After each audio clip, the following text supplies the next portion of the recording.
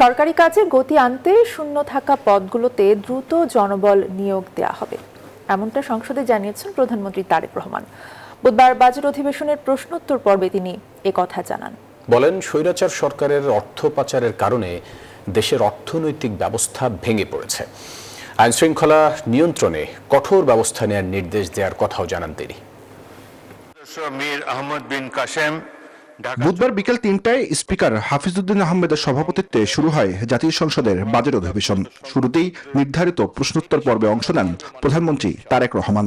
তুলে ধরেন তার সরকারের নেয়া নানা পরিকল্পনার কথা। জানান, বিরোধী দলের এলাকাতেও সমানভাবে উন্নয়ন কাজ করতে চায় সরকার। খুলনা, নোয়াখালী, বগুড়া, সিরাজগঞ্জ এবং এক প্রশ্নের জবাবে প্রধানমন্ত্রী তারেক রহমান জানান, জনগণের নিরাপত্তায় আইন শৃঙ্খলা নিয়ন্ত্রণে কঠোর সরকার। এছাড়া প্রশাসনের জবাবদিহিতা নিশ্চিতে প্রয়োজনীয় সংস্কারের উদ্যোগ গ্রহণ করা হবে। আইন শৃঙ্খলা বা আইনের লঙ্ঘনের যে সকল ঘটনা ঘটে সেগুলোর ব্যাপারে তাৎক্ষণিকভাবে আইন শৃঙ্খলা পরিস্থিতিকে নিয়ন্ত্রণে যাতে আইন শৃঙ্খলা পরিস্থিতি বজায় থাকে, জনগণ যাতে নিরাপদ বোধ করতে পারে তার জন্য কঠোরভাবে ব্যবস্থা গ্রহণের নির্দেশনা দেওয়া হয়েছে। দেশের মানুষকে আরো সহজে সুবিধাজনকভাবে সেবা পৌঁছে দেওয়ার জন্য কতগুলো নিয়োগ গুরুত্বপূর্ণ।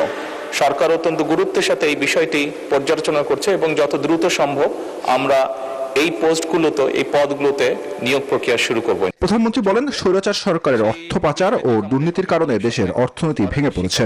বলেন, দেশি বিদেশি বিনিয়োগকারীদের আকৃষ্ট করতে সুদহার পর্যালোচনা করছে সরকার। স্বৈরাচারের পতনের পরে আমরা আগেও দেখেছি এবং পতনের পরে আমরা আরো পরিষ্কারভাবে দেখতে পাচ্ছি যে কিভাবে দুর্নীতি এবং অর্থ পাচারের মাধ্যমে দেশের অর্থনীতি ব্যবস্থাকে সম্পূর্ণভাবে ধ্বংস করে দেওয়া হয়েছে।